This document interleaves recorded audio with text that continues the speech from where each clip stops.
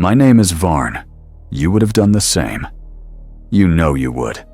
If you had the chance to become a god, to have the blood of angels pumping through your veins, you would have risked everything. I did. I can still taste the phantom flavor of genetic divinity on my tongue, a copper tang that promised immortality. But then the light on the screening console turned red. Not green. Red.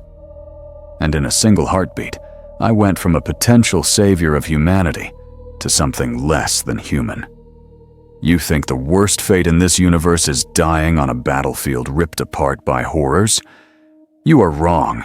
The worst fate is surviving the failure. The worst fate is being left behind, to sweep up the blood of the heroes you were supposed to be. But I warn you, you must watch this video until the very last second. Because the final twist in my story, the thing I became, and the choice I made, reveals a truth so shocking, so terrifyingly necessary, that you will refuse to believe it is possible. Do not look away, or the darkness wins. The story begins right now. Before we descend into the black, leave a mark, like a subscription, so I know I am not whispering into the void alone. Chapter 1. The Drop. The floor was cold. That is the first thing you learn when the dream dies. The cold does not care about your aspirations or your near misses with glory. It simply seeps through the thin fabric of your surf fatigues, settling into the marrow of your bones until you forget what warmth feels like. I was on my knees, the standard posture for my kind, pushing a heavy industrial brush across the polished marble of the fortress monastery's inner sanctum. The rhythmic scraping of the bristles was the only sound in the vast vaulted hallway, a sound that had become my heartbeat. Scrape silence. Scrape silence. My reflection stared back at me from the black stone, distorted and pale. I did not recognize the face. It was too thin, the eyes too hollow. It was the face of 77 Delta, a designation, not a name. Varn died the day the apothecary shook his head and the red rune flared on the gene scanner. Now there was only the task. There was only the dirt. I scrubbed harder, trying to erase the smudge of oil that marred the perfection of the floor, imagining it was the stain of my own failure. I remember the smell of the screening room. It smelled of antiseptic and ozone, a sharp chemical scent that promised transformation. I had been so strong then. My body was at its peak, honed by years of brutal training in the underhives, fighting for scraps, fighting for the chance to be chosen. I had passed the physical trials. I had survived the exposure tests. I was ready to receive the seed. But my biology betrayed me. A minor incompatibility, a fraction of a percentage point in tissue rejection probability. That was all it took to turn a demigod into a janitor. They didn't kill me. That would have been mercy. Instead, they found a use for the flesh that wasn't good enough for war. Waste not the tech marine had said, his voice a grinding of gears. So here I was, scrubbing the path for those whose biology was perfect. The bitterness in my mouth tasted like bile and iron. I hated them. I worshipped them. I wanted to be them. The conflict was a knot in my chest that never loosened, a constant dull ache that sat right behind my ribs. Then came the sound. It started as a vibration in the floor, trembling through my knees and into my teeth. Boom. Boom. Boom. It was not merely footsteps. It was the march of tectonic plates. The silence of the hallway shattered. I stopped scrubbing. My breath hitched in my throat, a reflex of pure, conditioned terror. I lowered my head, pressing my forehead almost to the cold marble, making myself small, making myself invisible. This was the protocol. When the angels pass, the dust must not obscure their view. The heavy doors at the end of the corridor hissed open with a pneumatic sigh, and the air pressure in the hall instantly dropped. They entered. a squad of 5. The scent hit me first, a wave of promethium gun oil and old dried blood. It was the smell of violence sanctified. I did not look up. To look up was to invite notice, and notice meant death, or worse, correction. But I could see their reflections in the polished floor I had just cleaned, massive shapes of ceramite and plasteel moving with a terrifying predator grace that defied their bulk. They were arguing, not with words, but with the sharp, burst-static clicks of their Vox grills. I couldn't understand the battle cant, but the tone was unmistakable. Frustration? Restraint? They had just returned from a deployment. Their sabatons left muddy, bloody prints on my pristine floor. Every step they took undid hours of my labor, and yet I felt a sick thrill. This was the mud of a foreign world. This was the blood of Xenos. I was close to it. I was breathing the same air as the destroyers of worlds. As the leader passed me, his massive shadow swallowed my small, trembling form. He paused. The vibration of his armor's reactor hummed in my skull, a low-frequency purr that made my vision blur. He didn't look at me.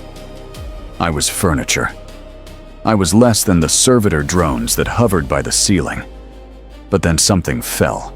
It clattered onto the stone inches from my hand. A shard of ceramite chipped from a gauntlet jagged and blackened by fire. The squad moved on. The rhythmic booming of their steps faded down the corridor, leaving silence in their wake. I waited. I counted to 10, then to 20, my heart hammering against my ribs like a trapped bird. Slowly, painfully, I raised my head. The hallway was empty. The bloody footprints were the only proof they had been there, and the shard. It lay there, an ugly, jagged piece of trash. To them, it was debris.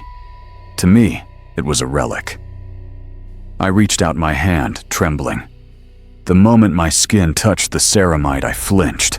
It was still hot. It held the heat of battle, the heat of the laser fire that had sheared it off. I closed my fingers around it. The sharp edge sliced into my palm, but I didn't let go. I squeezed tighter, letting the pain anchor me. I looked at the blood, my blood welling up around the black metal. It was red, just like theirs. I shoved the shard into the deep pocket of my fatigues, hiding it next to my cleaning rag. It was a secret. It was a promise. It was the closest I would ever get to the stars. I picked up my brush and began to scrub the footprints away, smearing the holy mud with my tears. The floor was cold, but my pocket was burning. Chapter 2. The lower decks. The air down here is different.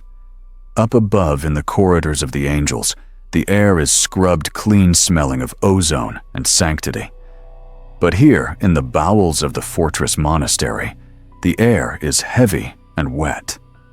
It tastes of recycled sweat and oil that has been filtered through the lungs of 1,000 generations of serfs. I descended the metal grating stairs, the heat rising to meet me like a physical wall. This is where we live, the lower decks, a sprawling industrial hive of pipes and sleeping pods, illuminated by the sickly yellow flicker of dying lumen strips. I found my bunk, a recessed hole in the wall, barely large enough to turn over in, and sat down to eat.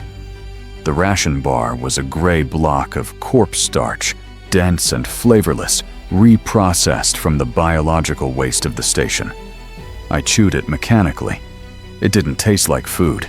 It tasted like survival. The ventilation fans overhead rattled in their housings, a constant wheezing drone that sounded like the station itself was struggling to breathe. It was a sound you never truly got used to. You just learned to sleep in the spaces between the grinding gears. Old Hagar was already in his bunk across the narrow walkway, nursing his bad leg. He was the oldest serf in our sector, a man whose skin had turned the color of parchment from a lifetime without sunlight. He had survived 40 years of service, a feat that was both impressive and horrifying. Most of us died of exhaustion or industrial accidents before 30. Hagar watched me chew the gray paste, his eyes milky with cataracts. He knew. He always knew when my mind was drifting to the floors above. "You have that look again, boy." He wheezed his voice, sounding like dry leaves skittering on stone. "The look that gets people killed." He didn't mean killed by the enemy. He meant killed by the disappointment, or worse, by the masters noticing you for the wrong reasons. He pointed a gnarled finger at the ceiling towards the distant vibrations of the training cages. "Stop looking up. The sky doesn't belong to us. We are the Mud Varn. Mud doesn't dream of flying. Mud stays where it is put." I ignored him, but his words itched under my skin. Hagar liked to tell stories to anyone who would listen, whispering about the things he heard in the deep silence of the night shift. He spoke of the ventilation shafts, claiming the rhythm had changed. He said there were scratching sounds inside the walls, sounds that didn't match the mechanical thrum of the pistons or the scurrying of rats. "Something is wrong with the machine," he would mutter, clutching his ragged blanket. "The spirit of the station is sick.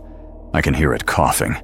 I dismissed it as the ramblings of a senile mind, a brain rotted by chemical fumes and despair. We were in the heart of an Astartes fortress. Nothing could penetrate these walls. We were protected by the god warriors. To suggest otherwise was heresy, or at least stupidity. I told him to sleep to save his strength for the next shift. I told myself I was different from him. I wasn't going to rot down here. I wasn't going to become part of the architecture. But as the lights dimmed for the sleep cycle, I reached into my pocket. The shard of ceramite was still there, warm against my thigh. I traced its jagged edge with my thumb, letting the sharp pain ground me.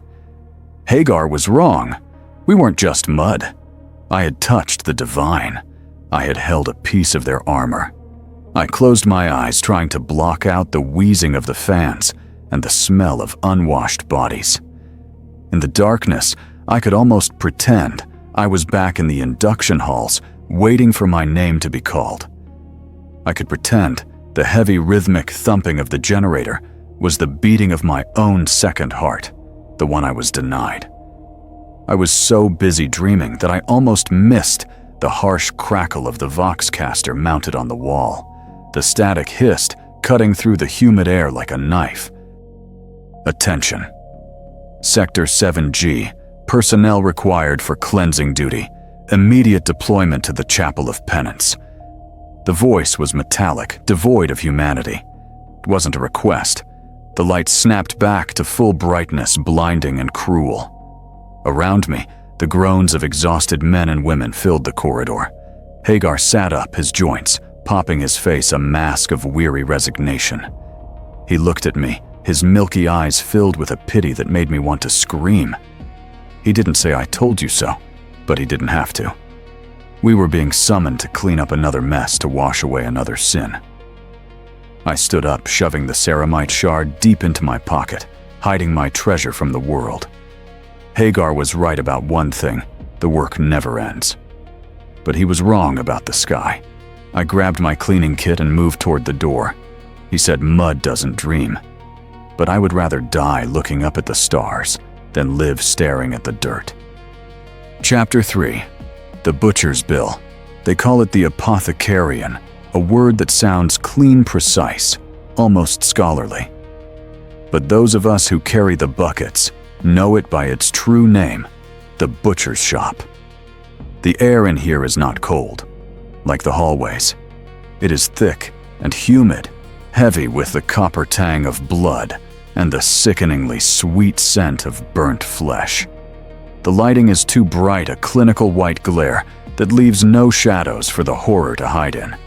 I pushed my cart through the double doors, the wheels squeaking in a rhythm that set my teeth on edge. The room was a slaughterhouse. The floor, usually a pristine white tile, was slick with red fluids. Discarded armor plates lay in piles like husks of dead beetles, cracked and blackened. But it wasn't the metal that drew the eye. It was the organic debris. Bins overflowed with crimson-soaked gauze, and on the stainless steel trays lay the things that could not be saved. Shattered bone, ruined organs, pieces of the divine discarded like common trash. My job was simple disposal. I was not allowed to touch the surgical servitors or the gene seed extractors. I was there for the wet work. I picked up a heavy bucket, the liquid inside sloshing ominously. It was warm. That was the worst part of duty in the apothecarian, the heat. Everything was always cooling down, but never quite cold. I moved to the incinerator chute, my boots squelching on the wet tiles. I tried not to look at what I was pouring away. I told myself it was just biomass, just chemical compounds breaking down. But as the contents slid into the dark throat of the furnace, I saw a tattoo on a severed forearm, a fragment of a prayer I recognized. It was a prayer for invincibility. The irony burned in my throat, acrid like the smoke that would soon rise from the vents. I felt a sudden sharp spike of nausea, not from the gore, but from the blasphemy of it. These were supposed to be the angels of death. Angels aren't supposed to break. Then I heard it, a sound that shouldn't exist. It was a low, guttural growl, wet with fluid and pain. I froze my grip, tightening on the handle of the bucket. In the center of the room, on the primary surgical slab, lay a giant. He was stripped of his armor, his massive chest heaving. Wires and tubes snaked into his flesh like hungry vipers, pumping stimulants and clotting agents. An apothecary stood over him, operating a bone saw with the detached precision of a carpenter. The saw whined a high-pitched scream as it cut through the hardened ribcage to reach the organs beneath. And the giant flinched. His hand, the size of a shovel, gripped the edge of the metal table, warping the steel. He let out another sound, a ragged gasp that was unmistakably a cry of agony. I stared. I couldn't look away.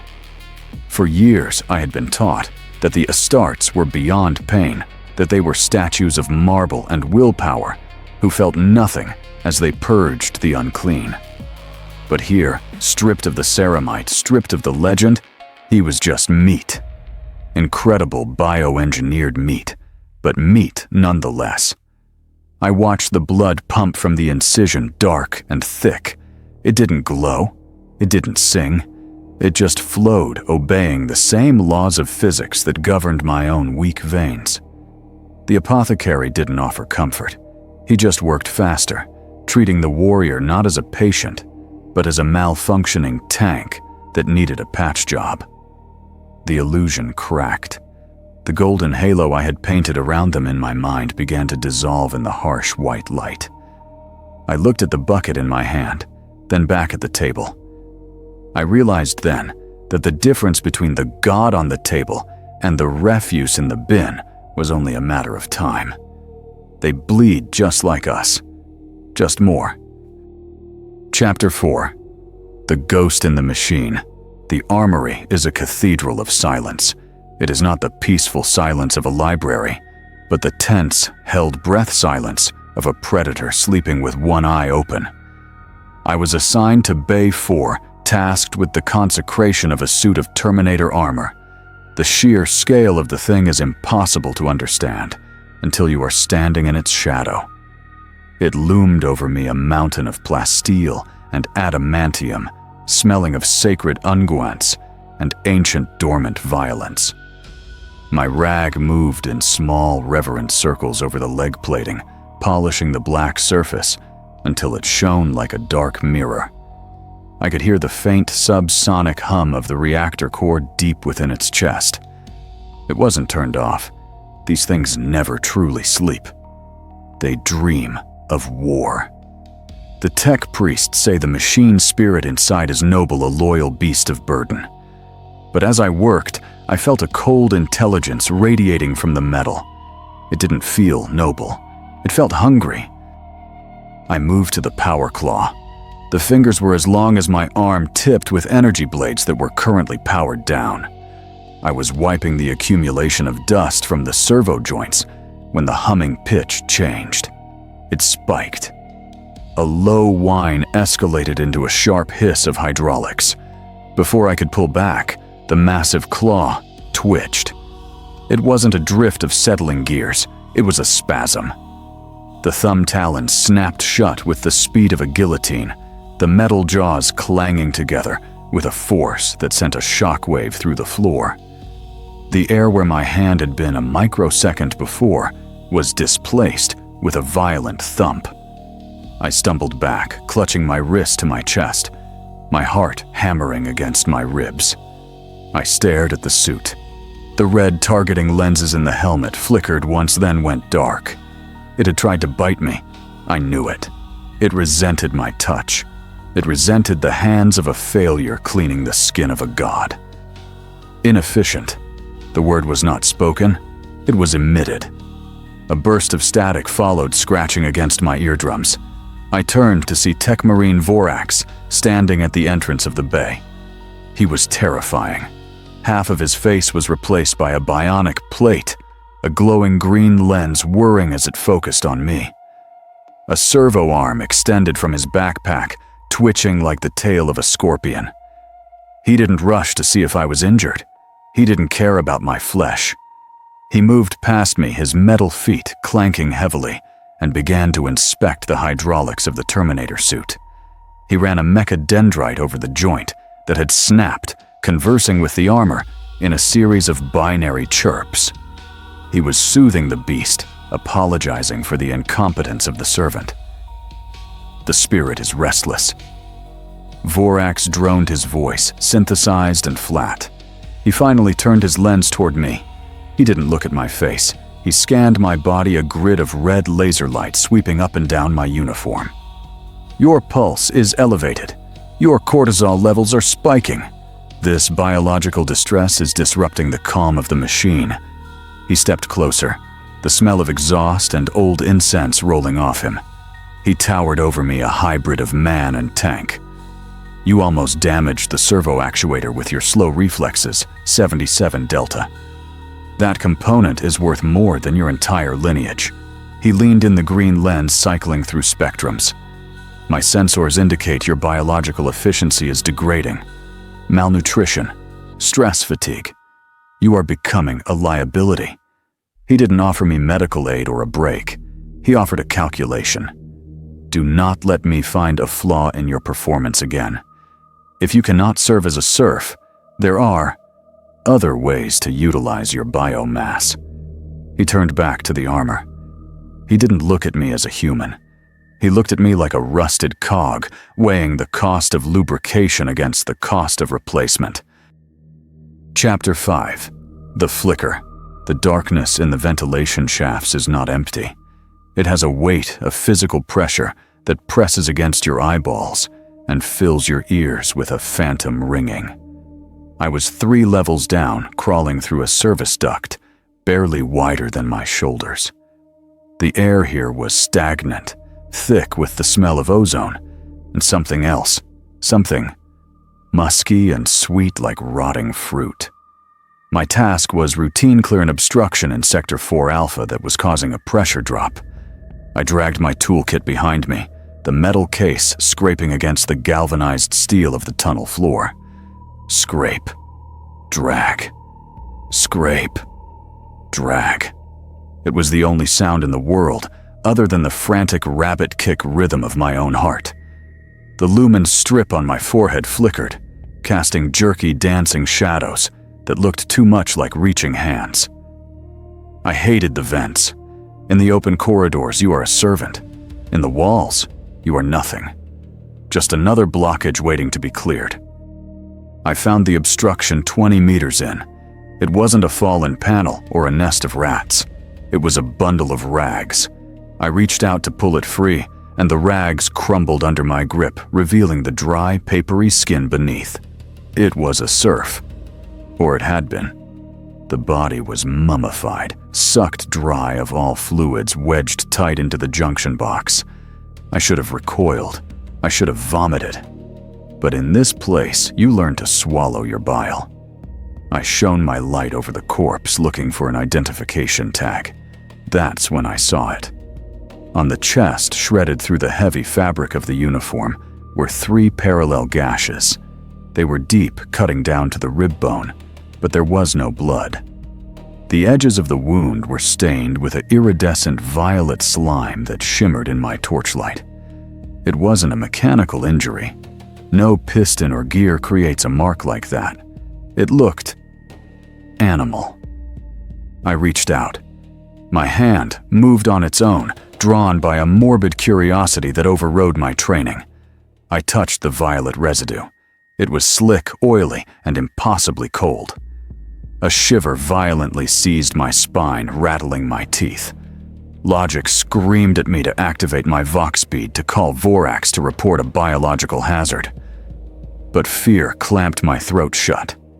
If I reported this, they would seal the sector.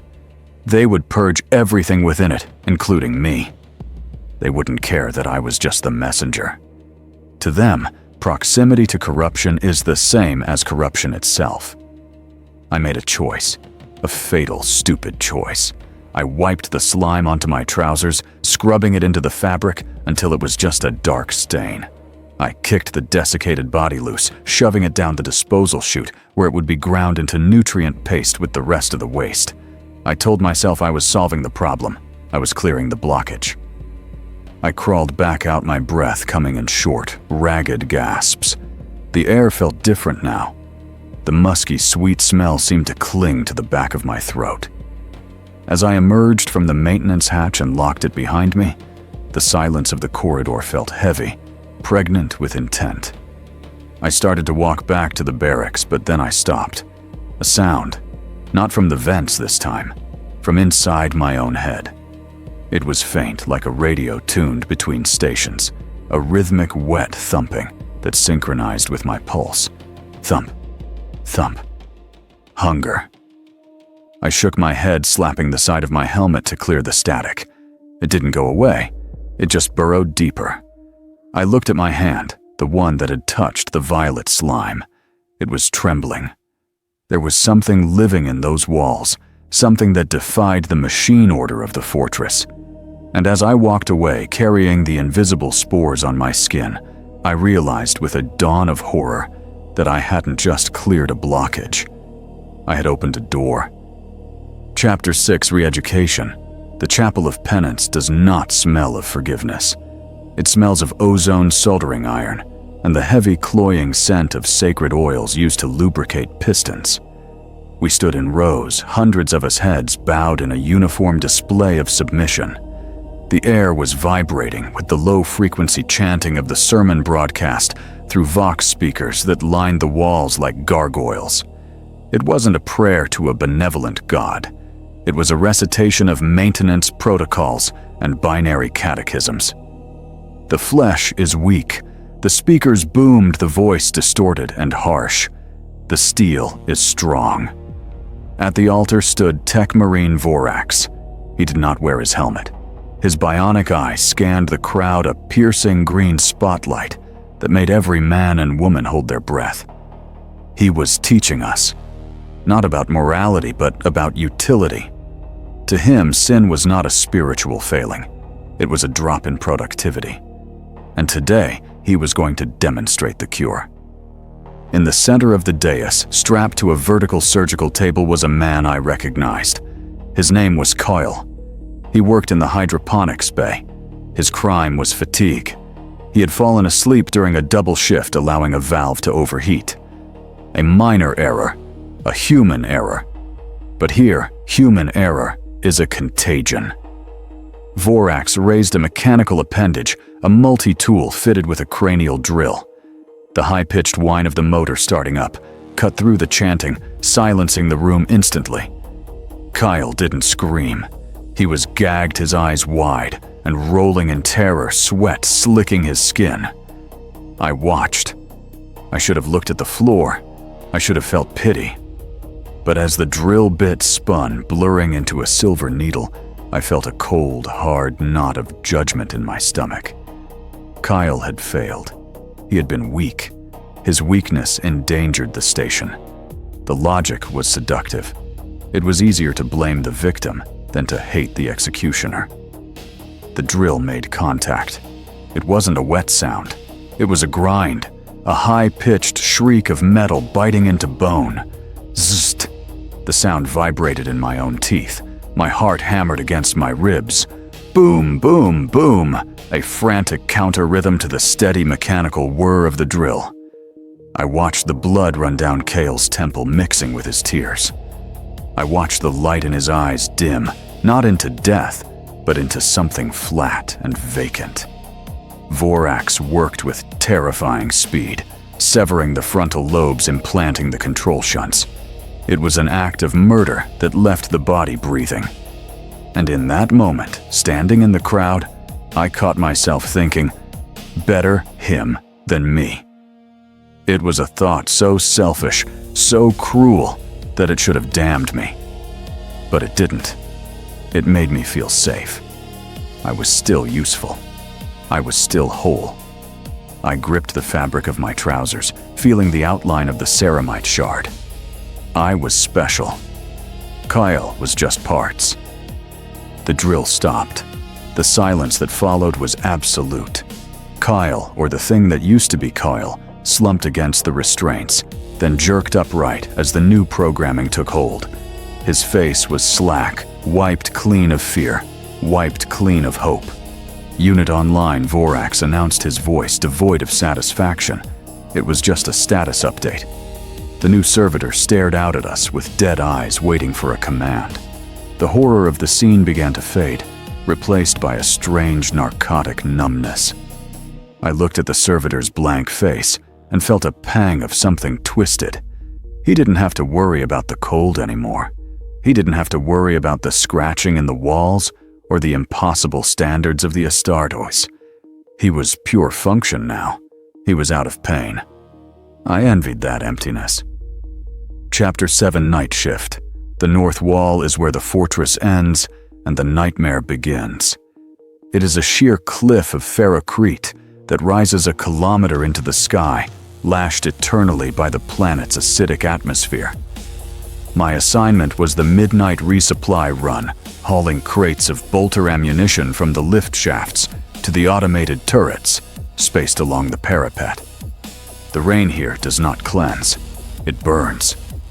It fell in sheets of gray misery, sizzling faintly as it hit the treated fabric of my heavy coat. Every drop that found exposed skin felt like a wasp sting. I trudged forward, the weight of the crate digging into my shoulder, my boots slipping on the slick great walkway. The wind howled a constant shrieking gale that threatened to tear me from the edge and cast me into the abyss below. I didn't look down. I focused on the rhythm of my boots. Clang, step, clang, step. I was cold-soaked and exhausted, but my mind was blank. After the chapel, after seeing Kale drilled into obedience, I had shut down. I was just a mechanism for moving explosive mass from point A to point B. The storm intensified. Thunder rolled overhead, not the majestic boom of artillery, but a cracking, tearing sound, as if the sky itself was breaking under the weight of its own malice. Lightning flashed, illuminating the walkway in stroboscopic bursts of blinding white. In one of those flashes, I saw it. 50 meters ahead, near the base of a cooling vent, a shape detached itself from the shadows. It didn't move like a man. Men stumble in the wind. Men brace themselves. This thing moved with a fluid insectile scuttle low to the ground and terrifyingly fast. It scurried up the vertical wall of the vent and vanished into the darkness before the thunder could even catch up to the lightning. I stopped blinking rain out of my eyes. My heart gave a single hard kick against my ribs. I waited for the next flash. Nothing. Just the empty rain-lashed walkway. I shook my head, water flying from the rim of my hood. Sleep, I muttered to myself, the word lost instantly in the gale. Just sleep deprivation. It had to be. We were the most secure facility in the sector. Nothing gets in. The sensor grid would have fried anything larger than a rat. I forced myself to keep walking to keep the rhythm, but the doubt had taken root. The numbness was cracking, replaced by a primal lizard brain creeping dread. The shadows between the turrets seemed to stretch and contort. The howling wind started to sound like voices, thousands of them whispering in a language I couldn't understand. I gripped the ammo crate tighter, my knuckles white. I wasn't an aspirant anymore. I wasn't a warrior. I was prey pretending to be invisible. Then my Vox bead died. It didn't just cut out, it screamed. A burst of static erupted in my ear, so loud and piercing it made me stagger. Through the white noise, I heard it again, that wet, rhythmic thumping I had heard in the vents. Thump, thump, thump. It wasn't the storm, it was breathing. Something was breathing right into the microphone frequency. I froze. The walkway stretched out ahead of me, empty and desolate. But the hair on the back of my neck stood up, electrified by a sudden intense feeling of proximity. I wasn't alone. I could feel the heat of a body standing right behind me, cutting off the wind. A hand, heavy and smelling of wet earth, settled onto my shoulder. I stood there, paralyzed, the crate slipping from my numb fingers. Every instinct screamed at me to run, to fight, to do something. But I didn't move. I squeezed my eyes shut. Don't turn back. Please don't turn back. Chapter 8, The Intruder. I turned slowly, the rain dripping from my nose, expecting a nightmare. It was Hagar. But it wasn't the man who had warned me about the sky. His skin was gray, pulled tight over his skull, like wet paper, and he was shivering violently, not from the cold, but from a fever that radiated heat I could feel from a foot away. The veins in his forehead were pulsing thick and distended, carrying blood that looked too dark, too sluggish. His eyes, once milky with age and cataracts, were now shot through with a terrifying crimson clarity. He smiled, and his gums were receding, revealing teeth that looked too long, too sharp for a human mouth. Varn, he rasped, but the voice came from his belly, not his throat. You smell delicious. You smell like the hive. The musk from the ventilation shafts rolled off him in waves, sweet and rotting. He wasn't my friend anymore. He was a husk wearing a man's face. Before I could speak, he lunged. The speed was impossible for a man with a bad leg. He hit me with the force of a hydraulic piston, slamming me back against the metal shelving of the food stores. Cans of corpse starch clattered to the floor, rolling in the dim light like severed heads. His hands, gnarled and surprisingly strong, clamped around my throat. I gagged, clawing at his wrists. His skin felt hot, feverishly hot, and beneath the surface, I could feel things moving. Muscles shifting, bones rearranging themselves. The family is hungry, he hissed, spittle landing on my face. It burned. He squeezed harder, and my vision began to swim with black spots. I was going to die here, choked to death by a cripple in a pantry. The indignity of it burned hotter than the lack of air. I was meant for the stars, not for this. My hand scrabbled blindly across the shelf behind me. I felt cold metal, a heavy industrial spanner left behind by a maintenance crew. I didn't think. I didn't hesitate. I gripped the handle and swung with every ounce of strength the desperate desire to live could muster. The heavy iron connected with the side of his head.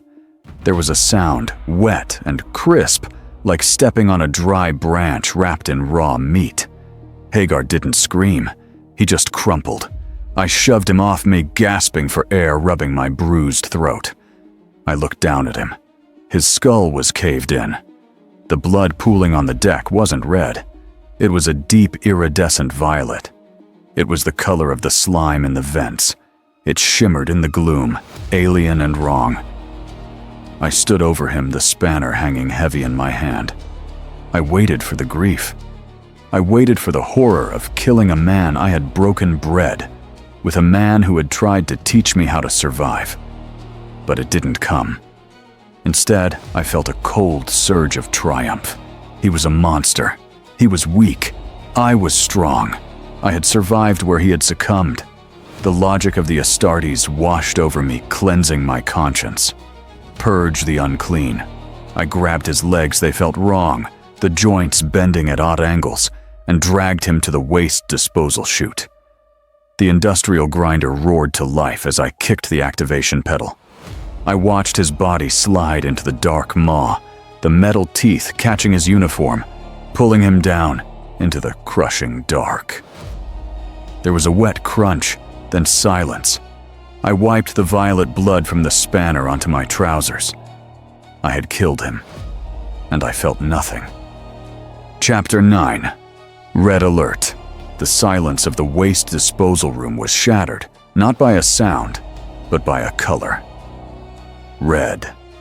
The emergency lumen strips flared to life, rotating in a nauseating strobe effect that turned the corridor into a disorienting tunnel of blood and shadow.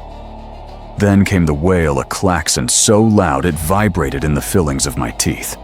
It wasn't the standard drill alarm. This was the specific rhythmic shriek that designated incursion. The fortress was being breached, but not from the outside. The screams that joined the sirens were coming from the lower decks, from the sleeping quarters I had just left. They were human screams, wet and terrified, cut short by sounds that had no place in a sanctuary of mankind, hisses, clicks, and the wet tearing of meat. The family Hagar spoke of wasn't coming.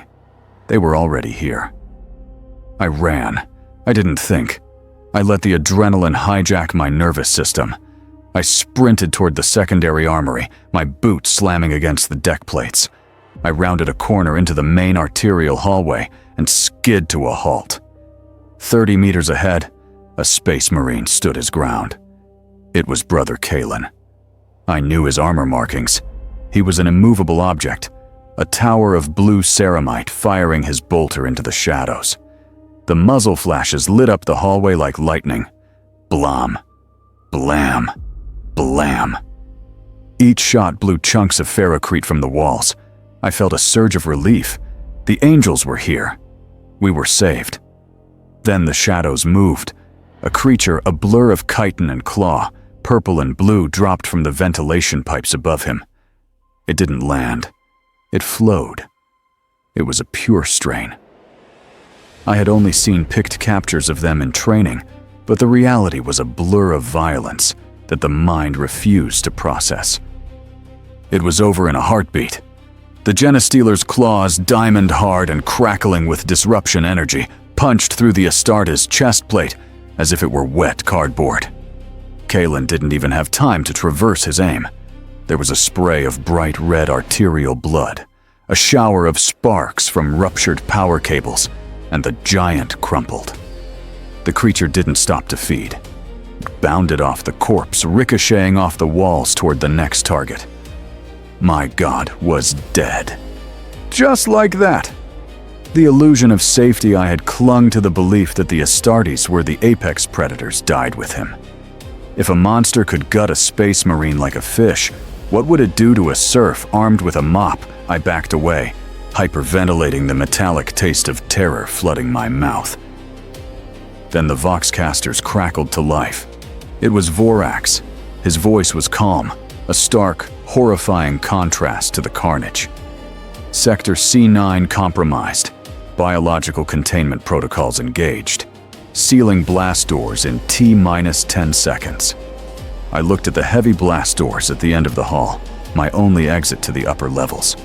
They were beginning to grind shut. "Wait," I screamed, though I knew he couldn't hear me. "We're still in here," Vorax knew. Of course he knew. He was locking us in with the monsters to buy the chapter time to mobilize. We weren't citizens to be saved. We were speed bumps. We were biomass to slow the enemy down.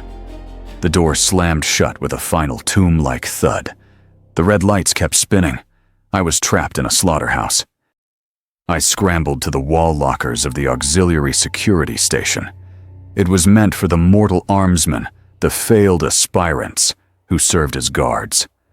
I smashed the glass front of the weapon rack with my elbow, ignoring the shards that bit into my skin. I grabbed a combat shotgun, a heavy pump-action relic that smelled of grease. It felt heavy in my hands, heavier than the broom, heavier than the cleaning rags. It felt like a chance. I racked the slide, chuck, chuck, loading a shell into the chamber. The sound was the only comforting thing in the world. I backed into a corner, leveling the barrel at the darkness, my eyes burning from the sweat and the red strobes. The thing that killed Kalen was somewhere in the dark, and it moved faster than my eyes could follow. Chapter 10. The Barricade. The room was a steel box, and we were the rats trapped inside.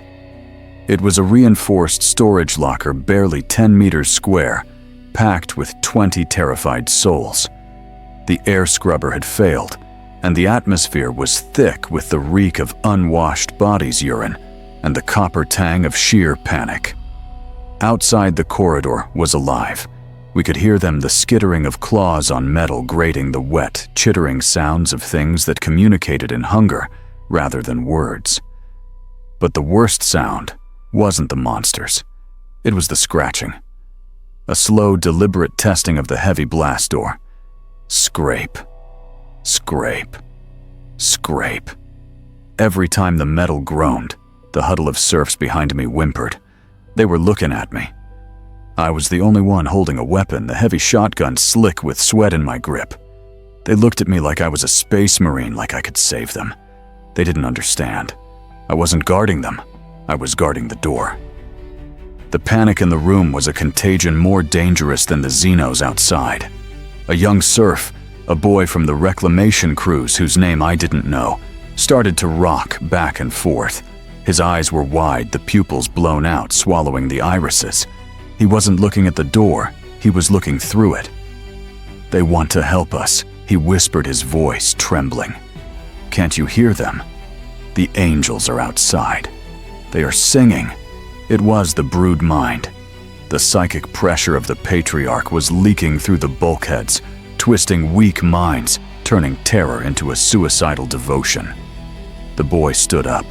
He moved toward the control panel, his hand reaching for the release lever. "I have to let them in." He sobbed, a terrible smile stretching his face. "Father is waiting." I didn't shout a warning. I didn't try to tackle him. That would have been inefficient. It would have wasted energy and risked a struggle. I did exactly what Tech Marine Vorax would have done. I racked the slide of the shotgun. The sound was loud in the small room, but the boy didn't stop. He was already gone, lost to the song in his head. I raised the barrel, aiming not at his legs to disable, but at the center of mass to terminate. I pulled the trigger. The boom was deafening, a thunderclap that sucked the air out of the room.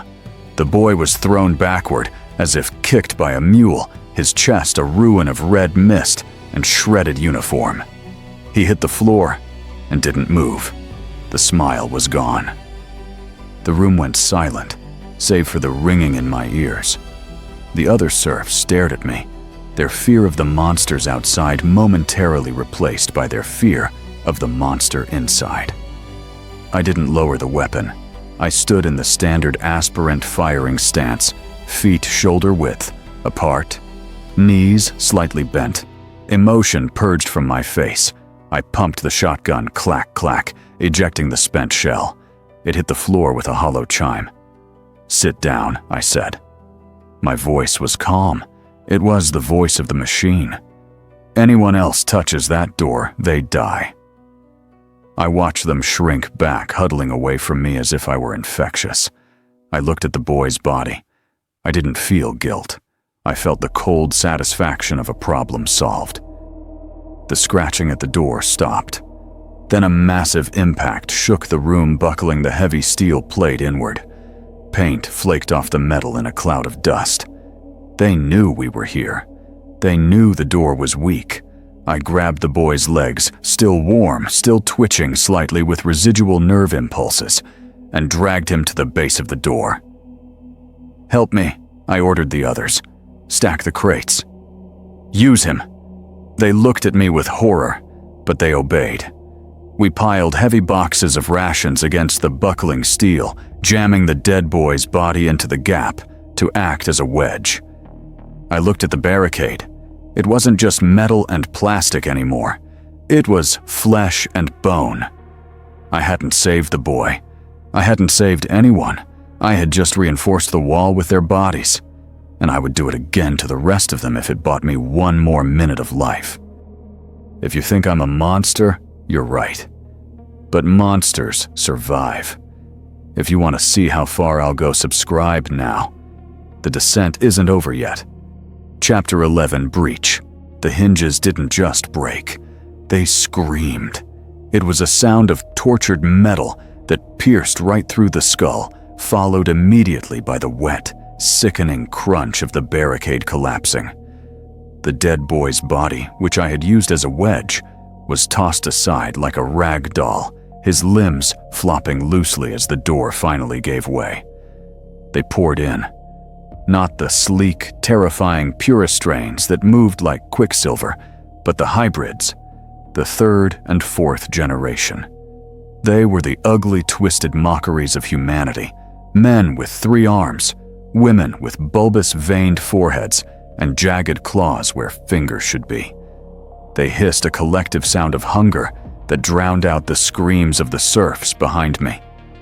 The smell hit us instantly, a wave of musk-old sweat and alien pheromones that triggered a primal gag reflex.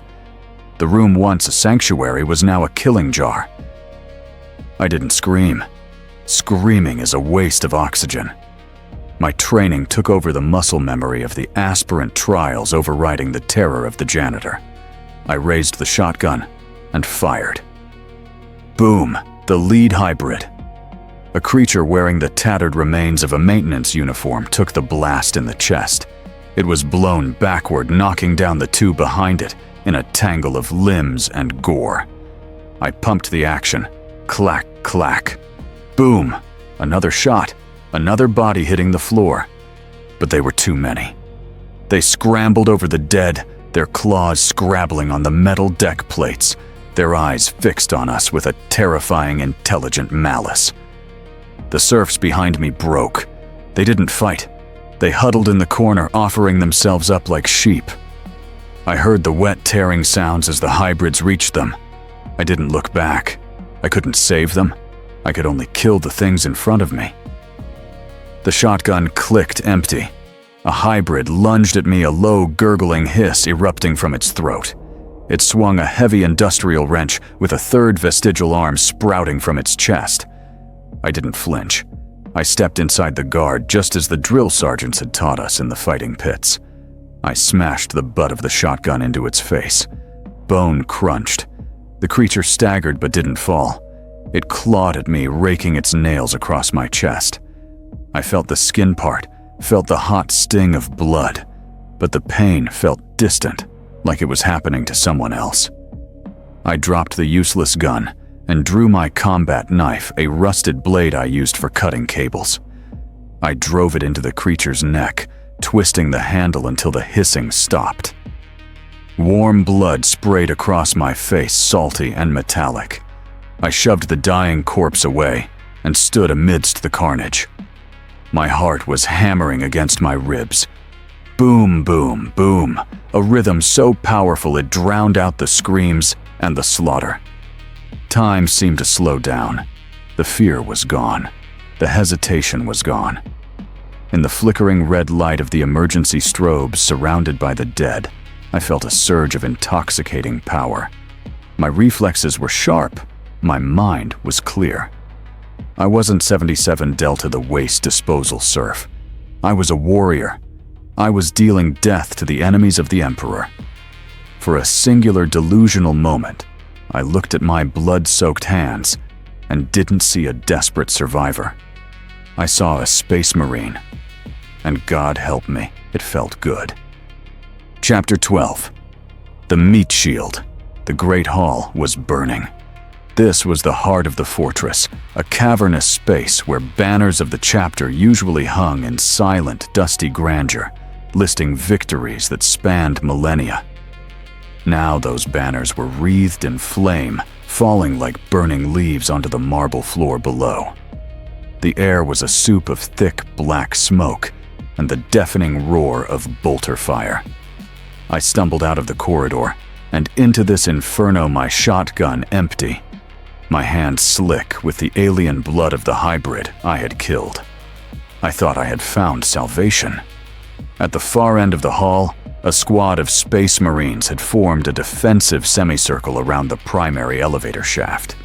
They were magnificent. Their bolters barked in a continuous staccato rhythm, thud, thud, thud, thud, each round, blowing a Genestealer apart in a spray of gore. They were an island of order in a sea of chaotic violence. I ran towards them, waving my arms, a desperate, foolish smile on my face. I thought they were holding the elevator for us. I thought they were waiting to take us up away from the slaughter. I was wrong. As I reached their line, panting and covered in filth, the sergeant didn't offer a hand. He didn't even look down at me. He was tracking a swarm of gaunts scuttling across the ceiling. Flank integrity compromising his voice boomed from his Vox grill, loud enough to be heard over the explosions. It was a flat tactical statement. He pointed a massive ceramite-clad finger not at the elevator, but at a gaping breach in the eastern wall where the enemy was pouring through. Designation conscript elements.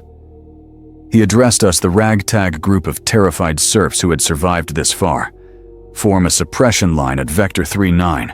Delay the enemy advance. Buy time for extraction protocols. The words took a moment to sink in. Extraction protocols. They weren't extracting us. They were extracting the gene seed. They were extracting the artifacts. We were the conscript elements. We were the delay. The sergeant wasn't asking us to fight.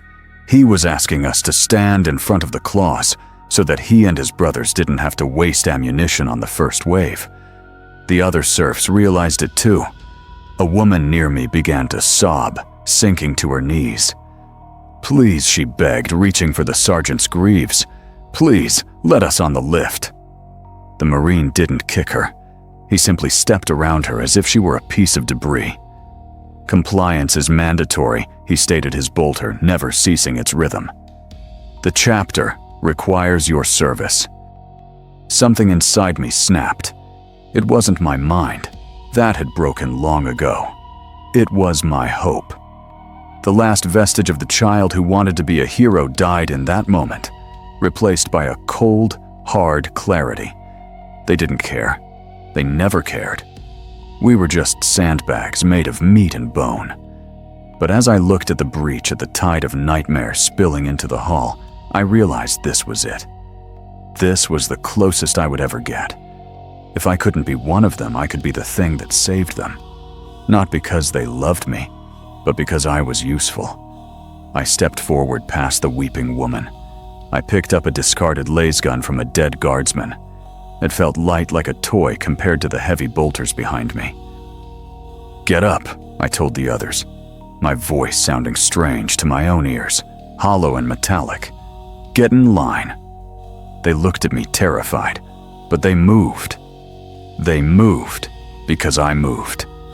I walked toward the breach, placing myself directly between the monsters and the angels. I didn't take cover. I stood tall, mimicking the stance of the sergeant behind me. I wanted him to see. I wanted him to witness the quality of the trash he was throwing away. I leveled the laser gun and pulled the trigger, sending a pathetic beam of red light into the onrushing darkness. Behind me, the elevator gears began to grind.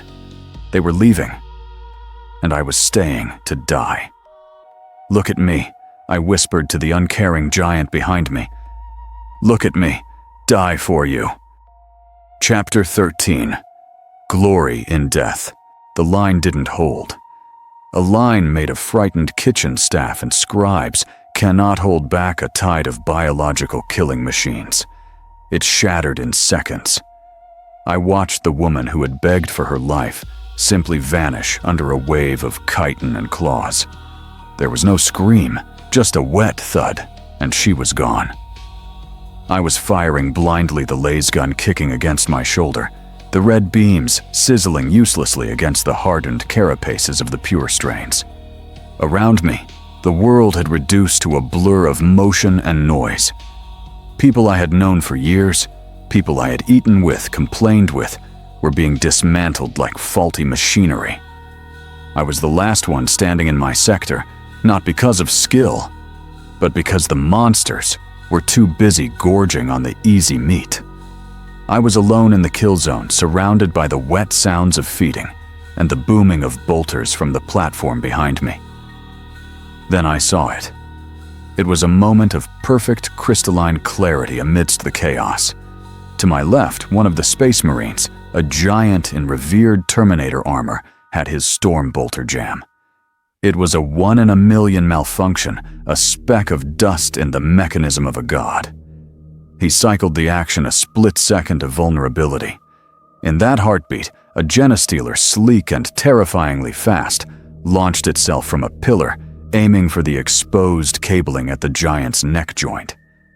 The Marine didn't see it. He was too focused on the horde in front. This was it. The moment I had dreamed of since I was a boy in the Underhive. The moment where the mortal saves the immortal. I didn't think about survival. I didn't think about the pain. I dropped my useless gun and threw myself into the air, intercepting the arc of the beast. The impact felt like being hit by a train. The creature slammed into me, its momentum carrying us both to the marble floor. I felt the claws, razor sharp and crackling with energy, tear through my flak jacket as if it were paper. They punched through my chest, snapping ribs and puncturing lungs. The pain was white-hot, blinding absolute. I gasped, blood filling my mouth, bubbling past my lips. But I had done it. I had stopped the blow. The creature shrieked in frustration, its jaws snapping inches from my face, its foul breath washing over me.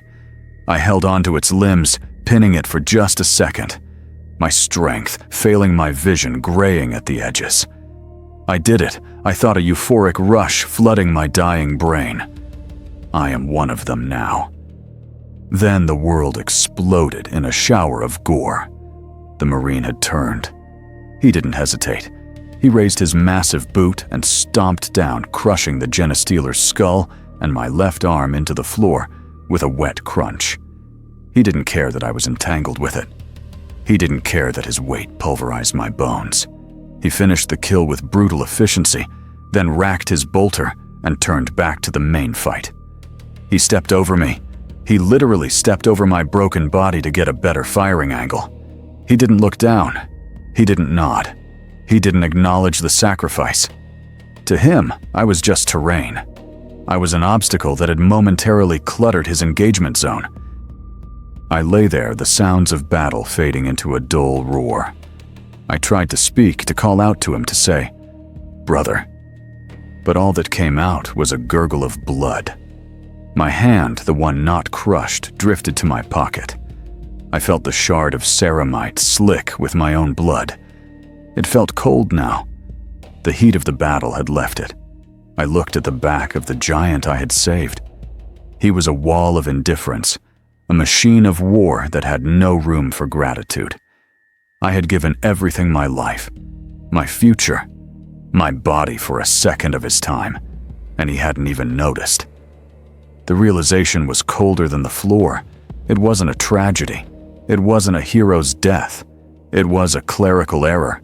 He didn't look at me. He didn't even know I was there. Chapter 14. The silence. The war did not end with a cheer.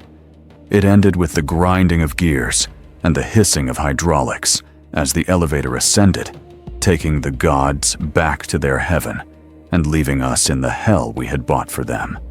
The great hall was quiet now, save for the crackling of small fires and the wet, ragged breathing of the few who were unlucky enough to survive.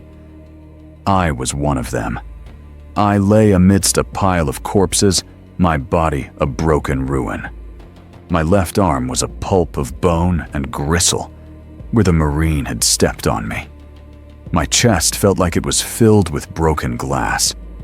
I stared up at the vaulted ceiling, where the smoke curled around the stone gargoyles obscuring their faces.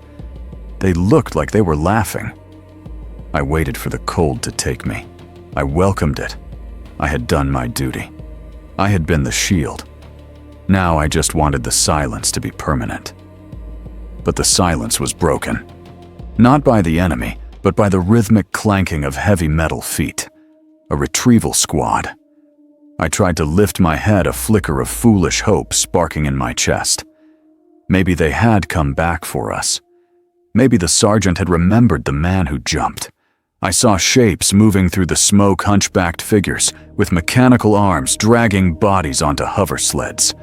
They weren't apothecaries. They were servitors. And behind them, striding with the purposeful gait of an owner inspecting a damaged factory, was Techmarine Vorax. He wasn't checking for pulses. He was scanning for salvageable equipment. He stopped over a dead guardsman, ripped the lasgun from his rigor mortis grip, and tossed it onto a pile. The body was ignored. He stopped over me. His shadow fell across my face, blocking out the dim light. I looked up into his bionic eye, searching for a trace of humanity, a trace of recognition. The green lens whirred, focusing on my injuries. A beam of red light swept over me, analyzing the damage.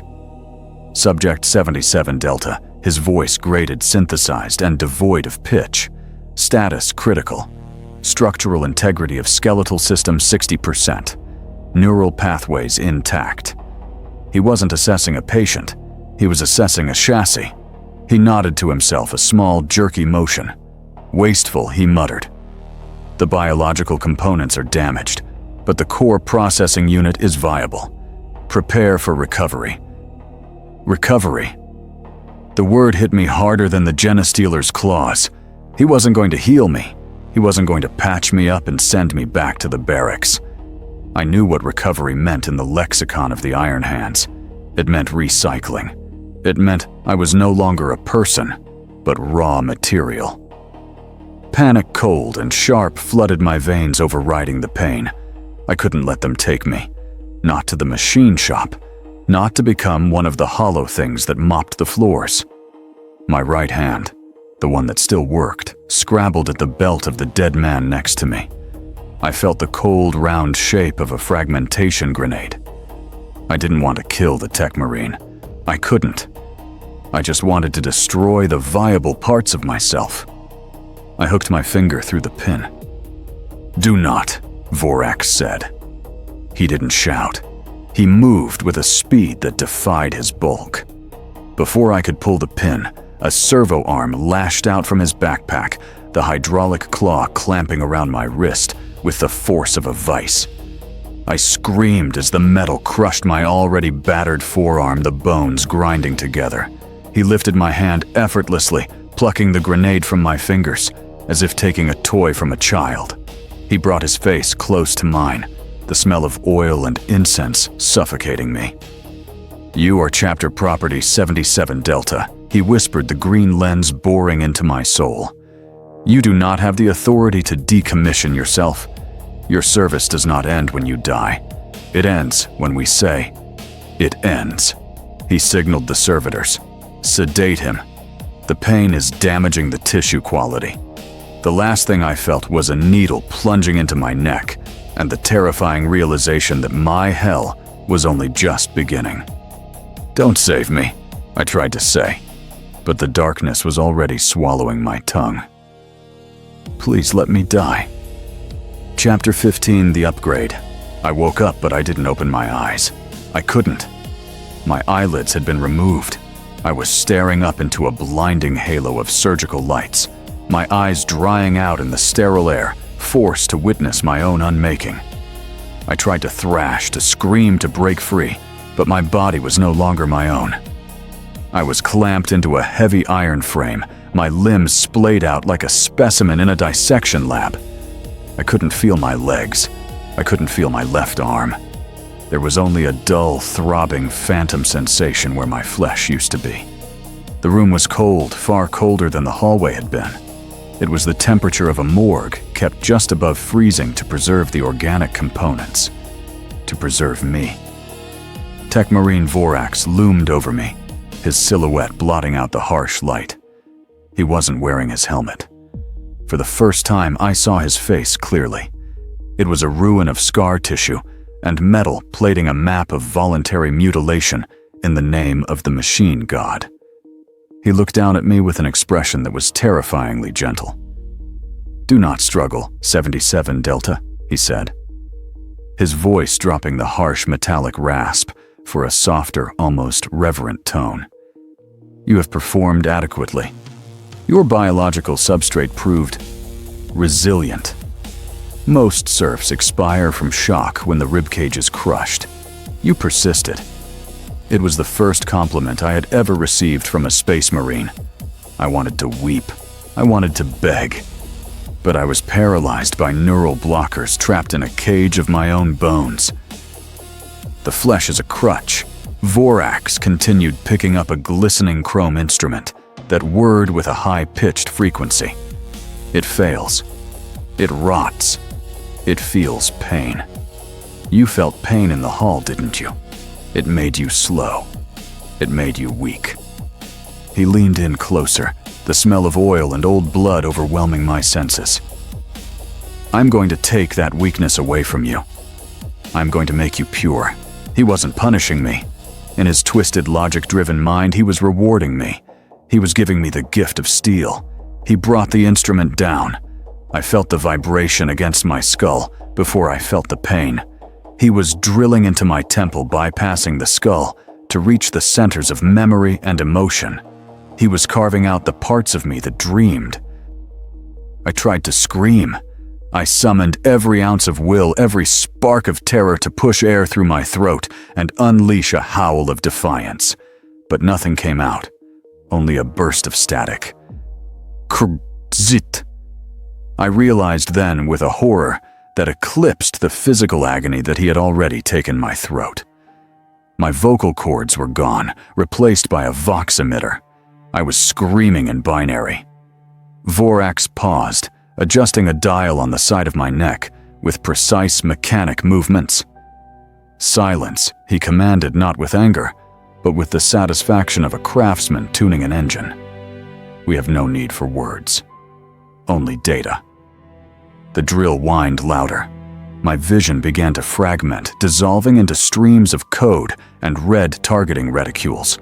I tried to hold on to something, a memory of my mother, the taste of real food, the feeling of the ceramite shard in my pocket. But the drill was erasing them, grinding them into dust. The shard. They must have taken it. They must have thrown it away with my clothes. The last anchor I had to humanity was gone. I wasn't Varn anymore. I was a component. I was hardware. The pain faded, not because it stopped, but because I no longer had the capacity to process it as suffering. It was just input, high-intensity input. The darkness rushed in not like sleep, but like a system shutdown. And as the final blackness took me, I realized the cruelest joke of all, I was finally going to be like them. Cold, hard, and empty. Chapter 16. Eternal Duty. Time is a variable I can no longer track. My internal chronometer displays the date, but it has no meaning. I measure existence in patrol loops. Sector 7 to Sector 9. Turn. Sector 9 to Sector 7. Repeat. I'm heavy now. I can feel the weight of the twin-linked heavy bolter grafted to my right shoulder. It does not burden me. The hydraulics compensate hissing with every step I take. My legs are reinforced pistons, ending in magnetic clamps that thud heavily against the deck plates. Boom, boom, boom. The sound is loud. It vibrates through my chassis, traveling up my spine, and rattling the few organic teeth I have left. It sounds familiar. It sounds like the footsteps of gods. I walk down the long gray corridor, scanning for heat signatures, scanning for heresy. My vision is a wash of red data streams, highlighting structural weaknesses and unauthorized personnel. I am perfect. I am efficient. I am the wall. A group of biologicals approaches. My threat assessment logic cycles immediately. Scan aspirants. Status uninitiated. Threat level negligible. They are young boys, terrified and scrawny, wearing the rags of the underhive. They are being led to the screening halls just as I was. How long ago? Error. Data corrupted. I pause to let them pass my servos, locking into a standby stance. They shrink away from me, pressing themselves against the cold metal walls. They look at my face, or what remains of it, with a mixture of horror and awe. They are looking at the wires snaking into my skull, the metal jaw, the dead, unblinking lens that replaced my eye. One of them whispers, his voice trembling. Look at the size of him. He's a monster. A monster. The word triggers a cascade of errors in my cortex.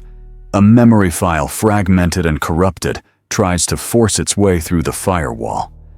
I remember looking up. I remember the fear. I remember wanting to be strong. I look at the boy. For a microsecond, the red targeting overlay flickers, and I see his face. It is my face, the face of Varn, the face of the boy who wanted to reach the stars. I want to tell him. I want to use my Voxcaster to scream a warning. Run, fail, die. Anything is better than this. I want to tell him that the prize he seeks is a lie. But my programming intercepts the impulse. It isolates the rogue. Thought categorizes it as a logic glitch and purges it. Purging catch, 100% complete. The boy passes. He's gone. The hallway is empty again. I disengage my locking clamps. Boom. I take a step. Boom. Another. The sound echoes in the silence, powerful and terrifying. I realize in the deep frozen recess of my mind, that is still me, that I have achieved my goal.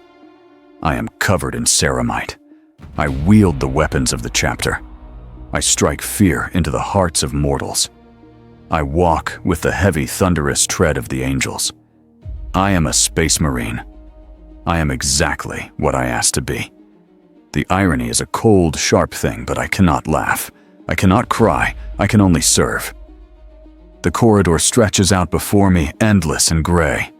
My objective marker resets to Sector 7. I engage my servos. The red light of my eye sweeps the darkness. There is no pain anymore. There is only the mission. I kept walking. The sound of my footsteps was the only company I needed. I did not stop. I would never stop. Thank you for listening to my confession. It has been a long time since I used a human voice, even if it is only in your mind. If you are hearing this, then the data slate survived, even if the man who recorded it didn't. I do not ask for your pity. Pity is a biological weakness, and I am beyond such things now. I only ask that you remember the price of the dream. Remember Varn. If you wish to join the ranks, if you wish to see more of the darkness that lies beneath the golden armor of the future, then subscribe to this channel. Like the video to acknowledge receipt of this transmission. The chapter is always recruiting, and the machine is always hungry. Do it now. Service is mandatory.